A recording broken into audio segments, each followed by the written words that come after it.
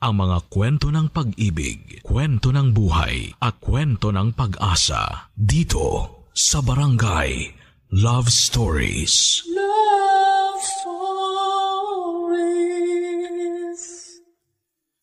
Lahat tayo ay merong hindi magandang ugali. Kaya nga responsibilidad nating baguhin yon upang magkaroon tayo ng mabuting relasyon sa ating kapwa. Ikaw kabarangay, anong ugali na gusto mong baguhin? Dear Papa Dudut, lahat naman tayo ay nangangarap na makatagpo ng taong magiging kabiyak ng ating puso. At isa na nga ako doon, bata pa lamang ay mapaniwalain na ako sa mga nababasa at napapanood kong pantasya at pelikula tungkol sa mga magsing-irog na nagkakaroon ng happy ending.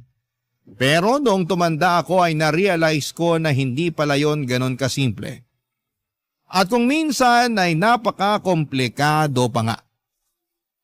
Bago ko ipagpatuloy ang pagkukwento at pagbabahagi ng istoryang pinadala ko sa Barangay Love Stories, ay pabati muna ng isang mapagpalang araw sa inyong lahat. Tawagin niyo na lamang po ko sa pangalang Zayel, 33 years old. Nagtatrabaho sa isang private company sa Cainta, Rizal. Pero sa kasalukuyan ay nakatira ako sa Cubao. Pero noong araw ay nasa Binangonan ako dahil may inuupahan ako doong studio type apartment na nasa isang compound kasama ng pamilya ng ate ko.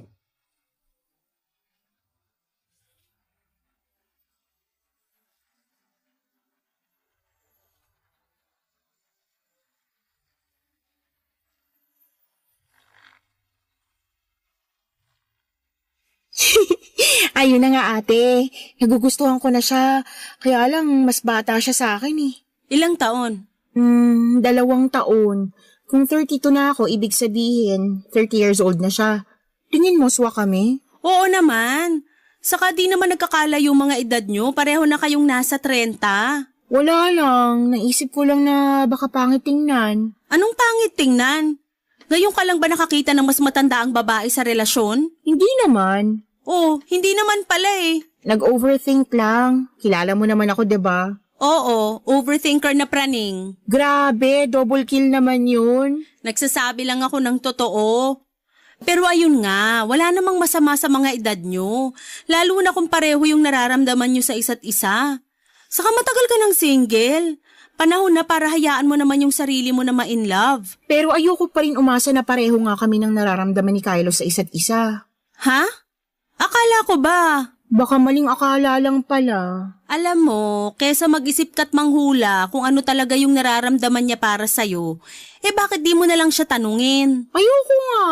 At bakit? Inahihiya ako eh. Kababae kong tao baka isipin nun desperada ako. Gaga, ano ba yung pinagsasasabi mo? Basta.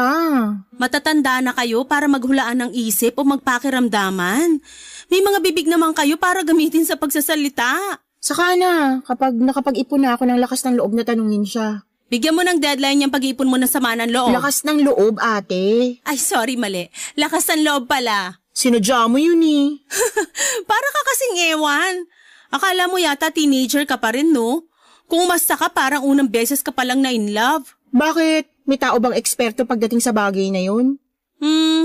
Wala pa naman siguro. Kaya nga dapat mas maintindihan mo yung pinanggagalingan ko. Naiintindihan ko naman. Pero di lang ako masyadong makarelate kasi ako nga nanligaw sa asawa ko noon. Ayaw nga pala. Ibang klase ka rin eh. Sana may ganyan din akong lakas ng loob. Desperada na kasi ko noon kaya naisipan kong sumugal na. Buti na lang talaga tama yung desisyon ko. Pero sakali mang hindi kami pareho ng nararamdaman sa isa't isa ng asawa ko, ayos lang. Tatanggapin ko pa rin kahit na masakit kasi alam ko sa sarili ko na makaka-move on naman ako. Kailangan ko lang damhin yung sakit tapos tuloy ang buhay. Pero buti na lang sumugal ka at nanalo ka. Oo, tingin ko ganti na yun ang langit sa akin pagkatapos ng mga pangit kong karanasan sa pag-ibig. At masaya naman ako kasi nakukuha ko sa asawa ko yung pagmamahal at pag-aalaga na deserve ko. Oh, touch naman ako. Mapapasana all na lang talaga ako. Sana all talaga kasi yun din ang hiling ko para sa'yo. Di lang pala ako, kundi pati na rin yung sa isa nating kapatid. Sana makatagpo ka ng lalaking mamahalin ka, aalagaan, at ituturing na pinakamahalagang tao sa buhay niya kasi deserve mo rin yun. Thanks, ate. Tama ka. At sana this time si Kylo na yung lalaking yun. Basta balitaan mo lang ako kung may progress na yung pagliligawan nyo.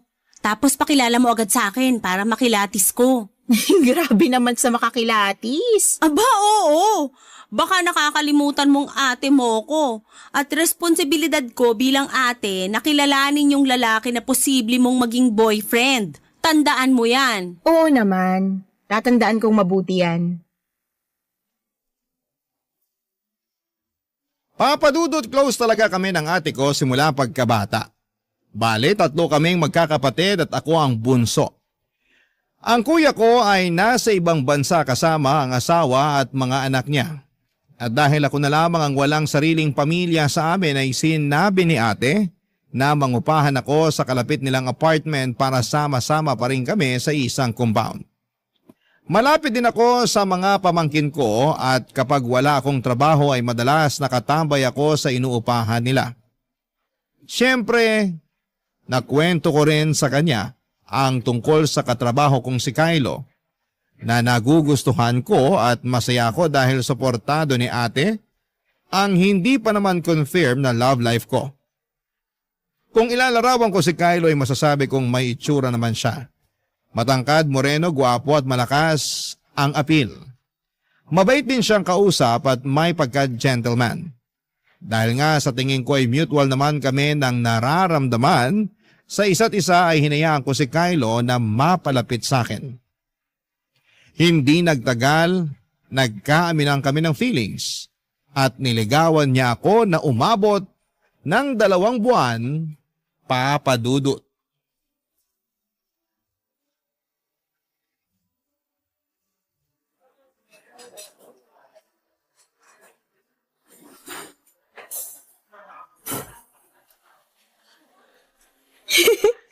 Nasurpresa mo talaga ako sa pa-dinner date mo na to, ha? Mabuti naman kung ganon. Gustong gusto ko kasi talaga na sinosorpresa ka eh. Hindi ka naman nagminti simula nung niligawan mo ko hanggang ngayon. Thank you. Kasi ramdam ko na mahalaga at saka espesyal ako sa'yo. Yun talaga ang goal ko. Yung maparamdam sa'yo na mahalaga ka. Na espesyal ka. Maraming salamat sa pagbigay mo sa akin ng chance na ligawan ka. 2 months mo na rin ako nililigawan. Curious lang ako. Hindi ka ba nagsasawa o napapagod? Bakit naman ako magsasawa? Basta may kinalaman sa'yo, hindi ako mapapagod. Hindi naman sa nilalahat ko pero karamihan kasi sa mga lalaki nadi-discourage na sa panliligaw kapag inabot na ng 2 buwan tapos tingin nila wala pa rin silang syansa na sasagutin ng nililigawan nila. Siguro hindi lang nila ganun kagusto yung nililigawan nila. Naniniwala kasi ako na kapag gusto talaga ng lalaki yung babae, hindi siya susuko hanggang maging sila. Gets ko naman kung bakit karamihan sa mga lalaki sumusuko sa panliligaw. Siyempre, kung alam mo na wala ka ng chance dun sa babae, unfair naman din sa'yo kung itutuloy mo pa yung panliligaw mo. May punto ka. Ang sakit nun Masakit talaga, pero mas masakit kung patatagalin mo pa. Kaya dapat sinasabi din ng babae kung may chance ba yung lalaki na magustuhan niya para hindi niya na masayang yung oras ng tao. Baka kasi di talaga sila para sa isa't isa at merong ibang babae na nakalaan para dun sa naliligaw sa kanya. Yun bang babae na kayang ibalik yung pagmamahal na binibigay niya? Napaisip tuloy ako kung may pag-asa ba talaga ako sa'yo o wala. Ikaw kasi, pinunto mo pa na 2 buwan na kitang nililigawan pero nandito pa rin tayo sa stage na to. Yun nga yung gusto ko rin sana pag-usapan natin ngayon. Teka, sandali. Bakit bigla ka atang sumeryoso dyan? Kalmahan mo lang. Sa totoo lang, kalmado naman ako kanina eh. Ngayon, pinagpapawisan na tuloy yung kilikili ko sa kaba. Kaya nga kalmahan mo lang kasi mag-uusap lang naman tayo. Kung sasabihin mo na tumigil na ako sa panliligaw sa'yo kasi wala akong pag-asa, problema yan. Bakit naman? Hindi pa kasi ako handa na marinig yan eh. Yun talaga yung dahilan kung bakit ako sobrang kinakabahan. Uy, wag ka namang ganyan. Nabigla ako. Hindi ko lang napaghandaan na dito mauuwi yung date natin ngayon. Sorry, pero I think dapat mo na rin kasing malaman yung feelings ko. Okay. Pero bago mo sabihin lahat ng mga gusto mong sabihin, pwede bang ako muna magsalita? Pwede naman. Kung talagang hindi tayo para sa isa't isa, gusto ko lang malaman mo na naging mahalagang parte ka ng buhay ko. At kahit kailan, hindi ko pagsisisihan na niligawan kita. Sinabi ko sa sarili ko na sigurado na ako sa nararamdaman ko para sa'yo eh. Lalo ngayon na hindi na lang kita basta gusto. Sa loob ng 2 buwan, mas lumalim pa to. Pwedeng hindi ka maniwala, pwede ka rin mabigla. Zahel, mahal na kita. Pero huwag ka mag-alala. Kung hanggang dito lang talaga tayo, handa ako na tanggapin yun. Irerespeto ko yung magiging desisyon mo. Basta masaya na ako na mahal kita. Kahit hindi mo na yung suklian pa. Thank you, Kylo. Oh, umiiyak ka ba? Oo, kasi natouch ako sa sinabi mo. Huwag ka nang umiyak. Sinusubukan ko pero kilala mo naman ako mababaw ang luha eh. Pigilan mo na yung pag-iyak mo. Sulitin na lang natin tong araw na to. Oo, yan din naman ang gusto ko. Yung masulit natin yung araw na to hindi bilang nililigawan mo at manliligaw ko kasi tayo na. Ha? Hindi ko nasundan yun. Ano ibig mong sabihin? Sabi ko tayo na, sinasagot na kita. Totoo ba yan? Oo, yun talagang gusto kong sabihin sa'yo kanina pa. Pasensya ka na kung akala mo gusto lang kitang patigilin sa panliligaw sa akin ha. Sa totoo lang, oo. Gusto na kitang patigilin kasi sinasagot na kita. Papa Dudut, hindi si Kylo ang first boyfriend ko pero siya na lang ulit siya na lang ulit makalipas ang ilang taon na pagiging single ko. Kaya nga noong binalita ko kay ate na kami na ay sobrang saya niya. Masaya rin ang kuya ko na nasa abroad dahil matagal na rin niya akong hinahanapan ng makakarelasyon. Nirereto pa nga niya ako sa ilan niyang kakilalang afam pero ako lang yung may ayaw. Sa Pinoy pa rin talaga ang puso ko. At sa pagkakataong yon ay nakay Kylo na nga. Walang araw na lumipas na hindi kami naging masaya ni Kylo. At kahit na nga nasa 30s na kami ay pakiramdam namin ay bumalik kami sa aming early 20s. Sabagay wala namang edad kapag na-in-love ka. At hindi naman yon naging issue sa amin ni Kylo. Basta masaya kami ng mga panahong yon sa piling ng isa't isa. At laking pasasalamat ko sa Diyos dahil dininig niya ang panalangin kong matagpuan na ang lalaking magiging kabiyak ng aking puso, Papa Dudut. Barangay Love Stories. Barangay Love Stories. Papa Dudut, 2 na ang nakarelasyon ko noon bago si Kylo at parehong hindi rin naman nagdagal. Yung una ay 6 na buwan lang at yung pangalawa ay 1 taon at kalahati. Kaya nga hindi niyo ako masisisi kung bahagya akong natroma sa pag-ibig. Pero gusto ko pa rin namang makakilala ng lalaking mamahalin ko at kung loloobin ay siya na ring makakasama ko sa panghabang buhay. Kaya nga masaya at nagagalak ang puso ko nang dumating sa piling ko si Kylo. Fast forward, naging masaya ang unang 2 buwan namin bilang magkasintahan. At kahit na hindi pa nga kami nagtatagal ay naisip ko na siya na ang lalaking gusto kong makasama bilang aking asawa at tatay ng mga anak namin. Hindi ko alam, Papa Dudut, pareho pala kami ng iniisip at nakumpirma ko lamang yon noong niyaya ako ni Kylo na makipag-live-in na sa kanya. Pero alanganin pa rin ako dahil hindi ko pa naman nasubukan ang bagay na yon. Buti na lamang to the rescue sa akin si ate para magbigay ng advice.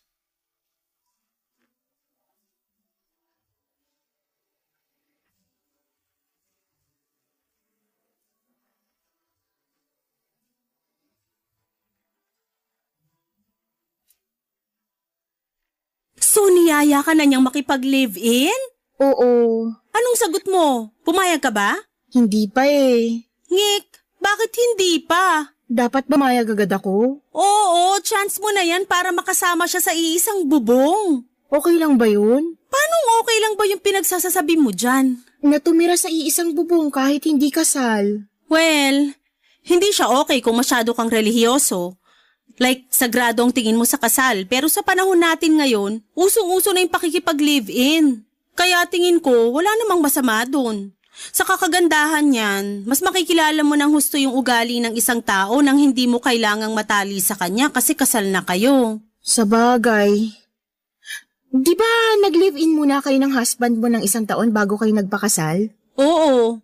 At dun ko na sigurado na siya na talaga yung lalaki na gusto kong pakasalan at makasama habang buhay. Ah, nakakatuwa naman. Kaya huwag ka matakot na makipag-live-in kay Kylo. May tiwala ka naman sa kanya, di ba? Oo, meron. Tinatrato ka naman niya ng maayos. Tinatanong pa ba yan? Sagutin mo na lang. Siyempre naman. At mahal niyo ang isa't isa, tama? Tama, ate. Saka malaki na kayo, kayang-kaya niyo na yung mga sarili niyo. Kaya ano pang hinihintay niyo? Magsama na kayo. Kaso iniisip ko pa lang yung paglipat ko sa apartment niya sa Cubao, napapagod na ako eh. Tsaka pag nandun na ako, hindi ko na kayo madalas makikita ng mga pamangkin ko. Hay nako, pwede ka naman dumalaw dito o kami yung dadalaw sa'yo dun sa inyo pag may time. Hindi mo kailangang malungkot kasi ganun talaga ang buhay. Yung isa nga nating kapatid kinakaya yung buhay sa abroad na malayo sa atin eh. Okay naman sila ng pamilya niya. Oo, malungkot at nakakapanibago pero parte talaga yan ang pagbuo mo ng sarili mong buhay.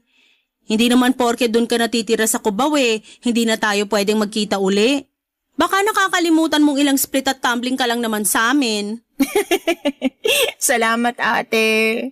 Salamat sa lahat kasi kahit na malaki na tayo, lalo na ako, bunsong-bunso pa rin talaga yung trato mo sa akin. Kayo ni kuya.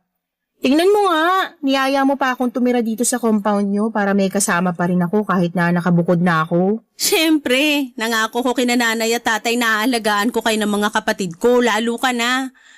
Kaya kahit na tumanda ka na, tumungtong ka man ng 30 o higit pa, ikaw pa rin yung bunso namin. Salamat ulit. Walang anuman. So ano, nakapag-decide ka na ba na makikipag-live-in ka na kay Kylo? Oo. Gusto ko rin naman subukan. Tsaka para matuto din ako sa buhay na may kinakasama. Okay yan. Basta huwag kang matakot. Kung kailangan mo ng payo, alam mo na kung sino ang taong pwede mong lapitan. Sige ate, salamat sa assurance. Malaking bagay yun sa akin.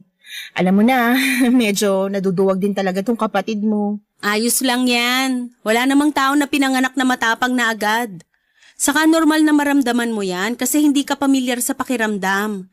Kumbaga, kaya tayo natatakot at nagdadalawang isip na gawin ang isang bagay kasi hindi pa natin alam. Lahat naman tayo nagsisimula na walang alam hanggang unti-unti na nating matutunan. Iba ka talaga mag-advise on point. Dati ka bang advisor sa past life mo? Hindi. Pero marami na akong karanasan na pwede kong i-share sa'yo kaya nakakapagpayo na ako. Pero syempre, karamihan sa mga karanasang yun, hindi ko natutunan sa madaling paraan. Papadudot malaki ang naitulong ng mga payo ni ate upang maging bukas ang isipan ko tungkol sa pakikipag-live-in. Aminado ako na may pagkasinaunang tawa ko pagdating sa bagay na yon pero dahil wala namang masama, ay lumakas ang loob ko na tanggapin ang alok ni Kylo na magsama na kami sa iisang bubong.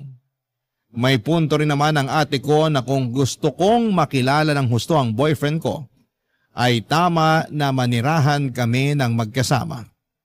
Hindi nagtagal ay umalis ako sa apartment na inuupahan ko para makisama kay Kylo sa nirerentahan niya sa Cubao. At kahit na malayo yon sa pinapasukan naming opisina na nasa Cainta, ay wala namang kaso dahil may motorsiklo naman ang boyfriend ko na ginagamit namin papasok sa trabaho at pauwi na rin. Siguro kung may ikinalungkot lamang ako sa paglipat kong yon, sa inuupahan ni Kylo ay walang iba kundi ang napalayo ako kay ate at sa mga pamangkin ko. Pero paminsan-minsan ay bumibisita pa rin ako sa kanila sa Binangonan, Rizal. Mabilis na lumipas ang 2 buwan at sa pagpapatuloy ng pagsasama namin ni Kylo, ay may ilang bagay akong natuklasan sa kanya, Papa Dudut.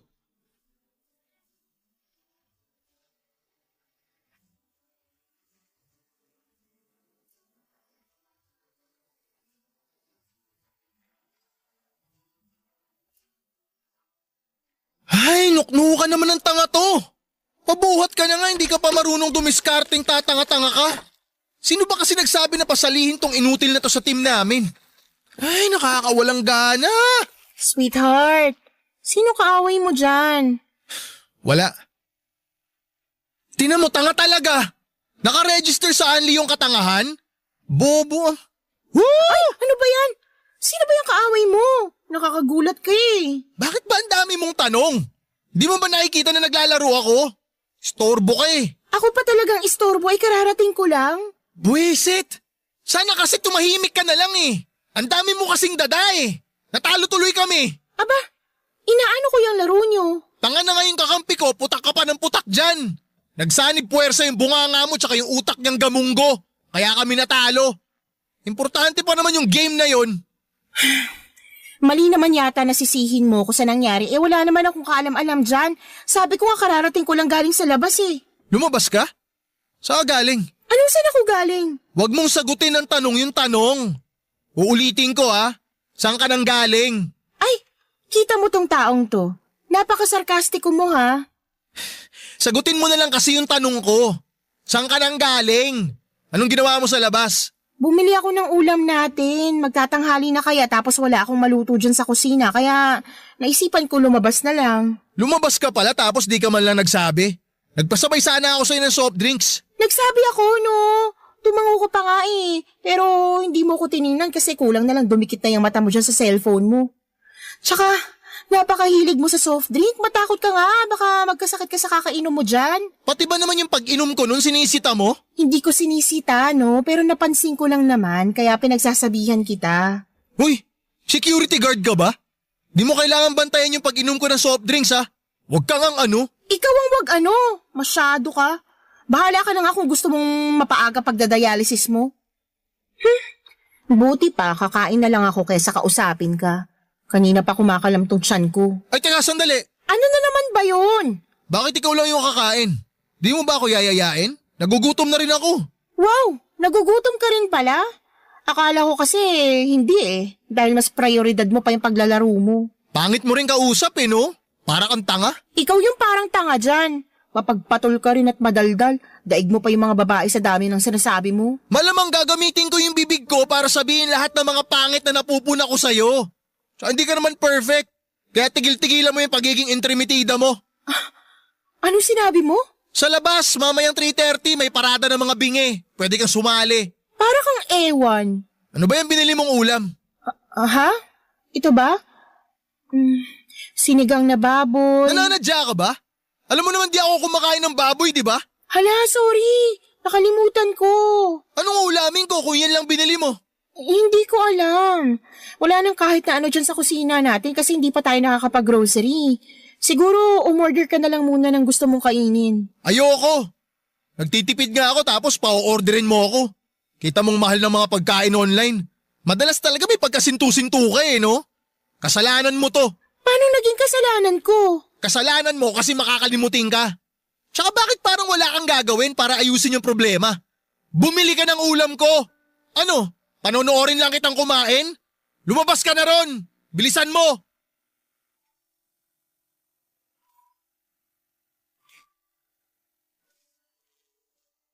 Papa Dudut, totoo nga na mas makikilala mo ang isang tao pag nakasama mo na ito sa iisang bubong.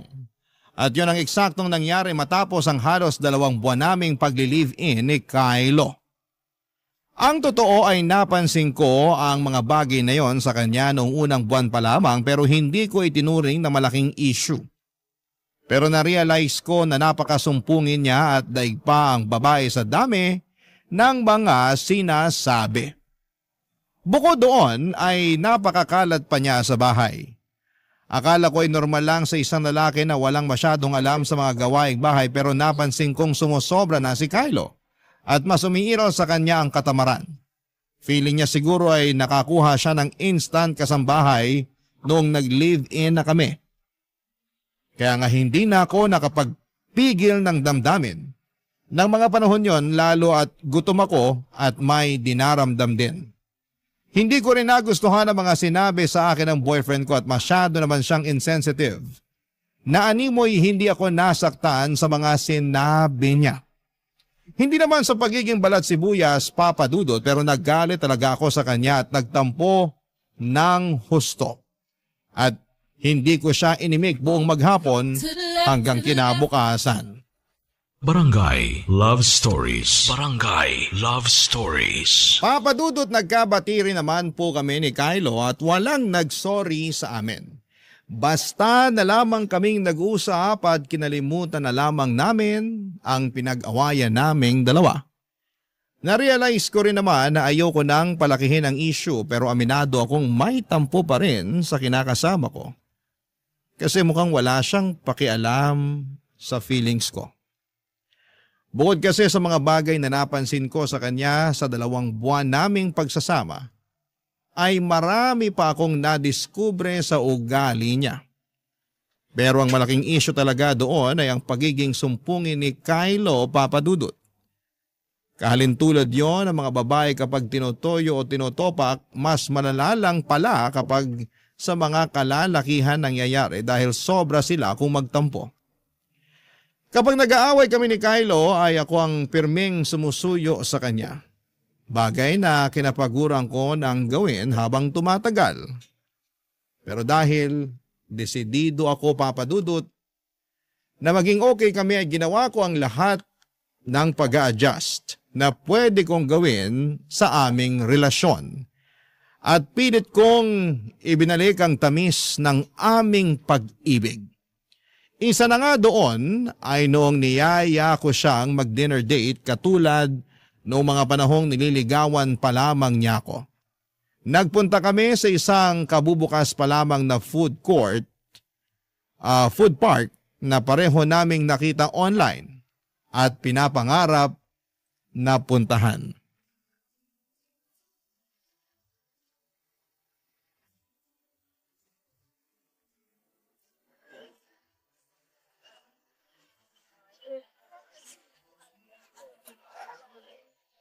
O bakit hindi mo yata ginagalaw yung chicken inasal mo? Akala ko ba nagkikrave ka dyan kanina? Kanina yun.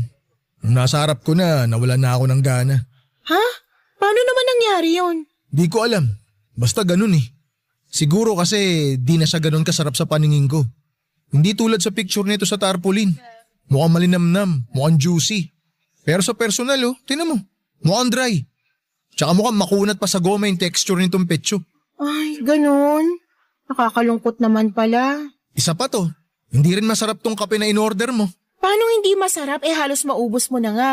Pinilit ko na lang ubusin, sayang eh. Pero lasang pinaghugasan ng bigas to. Kaya napaisip ako, kape ba talaga to o Wala ring lasa yung hinalong gatas. Sayang lang binayad natin. Sana pala nagtubig na lang ako. Ay, okay naman yung inumin ko. Pati yung pagkain ko ayos naman. Hindi kasing sarap sa mga kinakainan nating restaurant pero pwede na. Tsaka, hindi na rin naman masama. So ano? Sinasabi mo na sinungaling ako? Kylo naman. Kylo naman. Ubusin mo na lang yung mga in-order mo. Di yung nag-iinarte ka pa dyan. Sinasaway lang kita kasi pinagtitinginan na tayo ng mga tao. Huwag ka na rin magtaas ng boses dahil naririnig kita. Magkaharap lang tayo na nag-uusap, di ba? Oo nga, magkaharap tayo. Pero parang di naman yata pumapasok sa utak mo yung mga sinasabi ko. Hirap kasi sa'yo, napaka-cheap ng taste mo sa pagkain eh. Kaya pasok na sa panlasa mo yung mga in-order mo. Pinagsasabi mong cheap. Totoo naman eh. Alam mo, pumunta tayo rito hindi para mag-away. Hoy, ano bang ginagawa natin dito? Para mag-date, kumain, tsaka mag-bonding. Tsaka diba, pareho naman natin ginusto na pumunta rito. Bakit ka nagkakaganyan? Kasi mali na naisip pa natin na pumunta dito. Sana pala natulog na lang ako sa bahay. O kaya naglaro ng mobile games. Diyan ka magaling. Puro ka tulog, puro ka mobile games. Libangan ko yung paglalaro. Tsaka matutulog ako kasi gusto ko magpahinga. Pagod ako sa trabaho eh.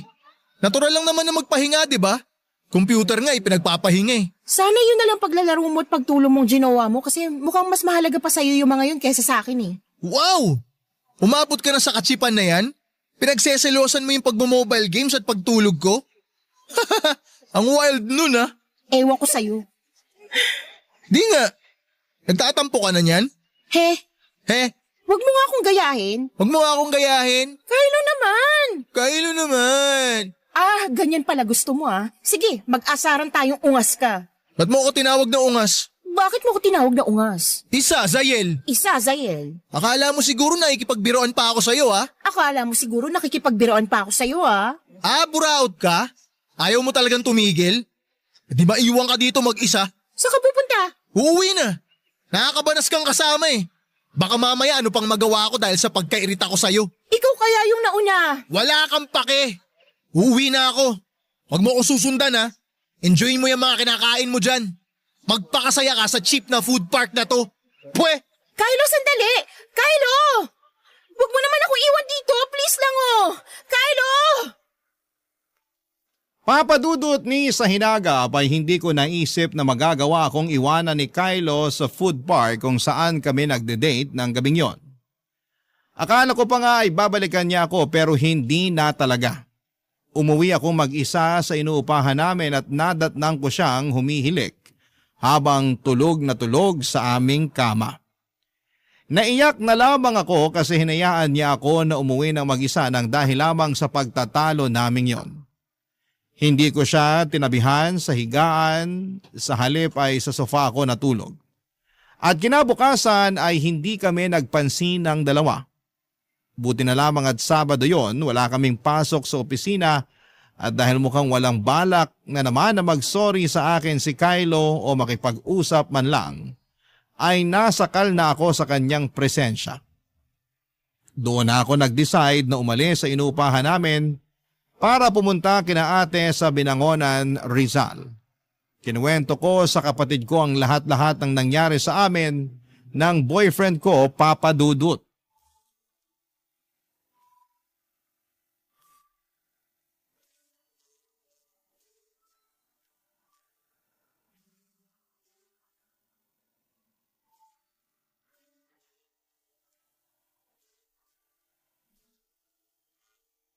Talaga? Iniiwan ka niya at hindi binalikan? Oo. Grabe kaya yung pakiramdam ko noon.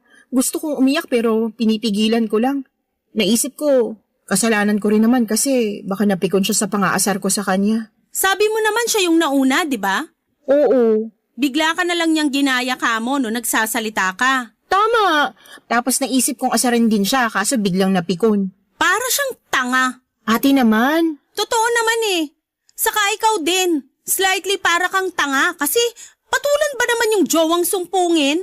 Ayan tuloy. Ay. Pero maling-mali pa rin na iniwang ka niya. Kasi paano na lang kung napahamak ka? Paano kung may nakasalubong kang snatcher, murderer, saka rapist? Paano kung nakidnap ka? Naku! Ay, kalmahan mo lang. Ligtas naman ako nakauwi sa inuupahan namin eh. Buti na lang. Kasi kung hindi, tutuhugin ko talaga sa kawayan niyang Kylo na yan at iihawi ng buhay. Grabe! Nakakagigil yung ginawa niya sa'yo. Akala ko pa naman mature na yung lalaking yan pero mukhang nagkamali ako. Okay naman siya pero may times lang talaga na ganun yung ugali niya eh. Alin?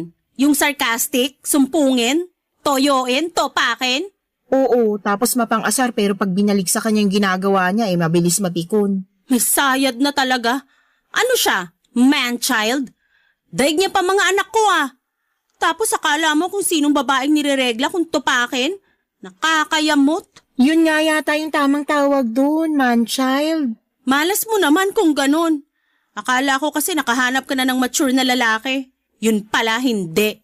Hindi nga yata magandang idea na makipagrelasyon sa mga mas bata sa'yo, lalo na sa mga lalaki. Ano naman kinalaman ng edad na yun sa kung paano siya umasta?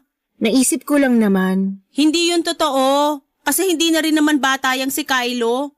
30 na siya, di ba? Oo. Kita mo na? Nasa pag-uugali niya talaga ang problema kasi kahit na madagdagan pa yung edad niya, kung immature talaga siya, eh hindi na yun magbabago. Marami dyan na mas bata pa sa kanya pero mature na mag-isip at kumilos. Ewan ko na lang kung ano nangyari dyan sa boyfriend mo. Tulog yata nung nagsabog ang langit ng pagiging mature. Masyado na siyang napag-iwanan.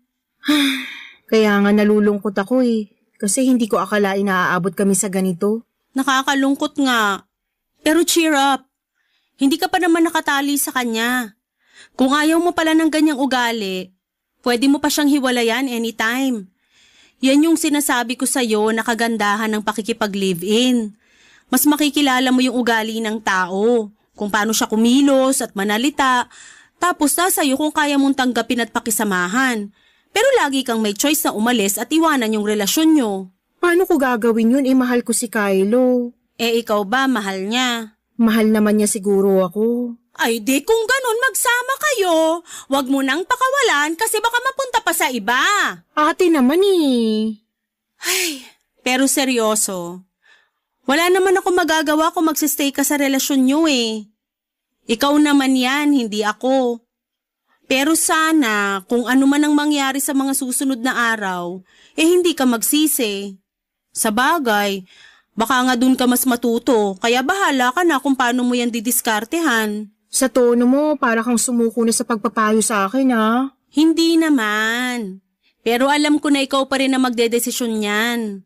Ayoko naman maging kontrabida sa relasyon nyo. Saka baka totoong nagmamahalan nga kayo pero masyado lang napapangibabawan ng pagiging immature ng jowa mo. Sana magbago pa siya. Subukan mo kayang ipaalbularyo. Ipatawas mo, baka kasi nabalis ang engkanto.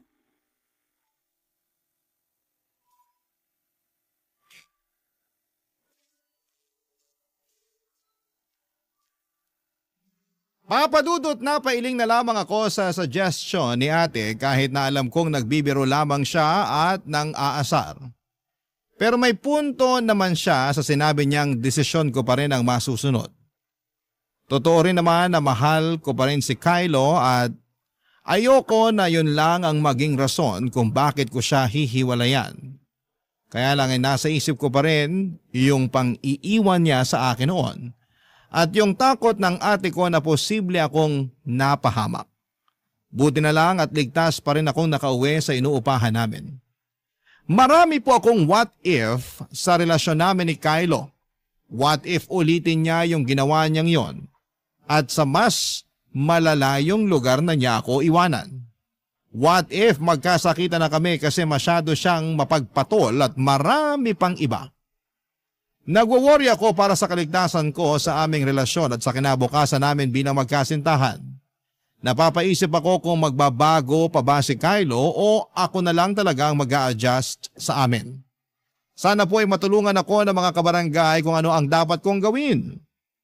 Hanggang dito na lamang po ang sulat ko, Papa Dudut. Maraming salamat sakaling mapili po ninyong i-ere sa Barangay Love Stories. Sana po'y mapayuhan ako ng mga kabarangay natin. Malaking bagay kasi yon para sa tulad kong nalilito ang puso. God bless and more power sa inyong istasyon. Ang inyong forever kapuso at kabarangay, Zayel. Nalilito pa rin sa live ang ating kabarangay.